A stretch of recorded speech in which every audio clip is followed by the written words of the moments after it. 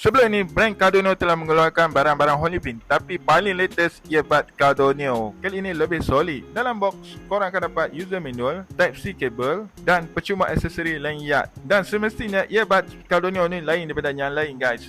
Dia menggunakan version Bluetooth 5.4 yang paling latest. Aku dah try dah, sound dia memang padu guys.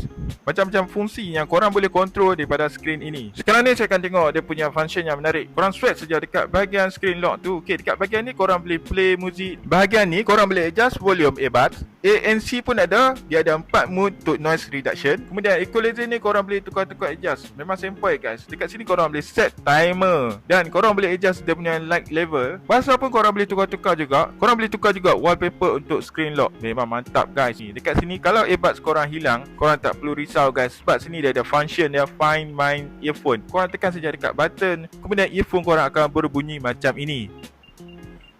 Wow, memang very nice lah earbuds brand Cardonio ni. Untuk pengecasan, korang perlu charge earbuds ni selama 1 jam 50 minit dan boleh tahan selama 4 ke 5 jam. Overall aku memang sangat puas hati dengan earbuds ni. Kalau korang nak beli, link aku letak dalam beg kuning.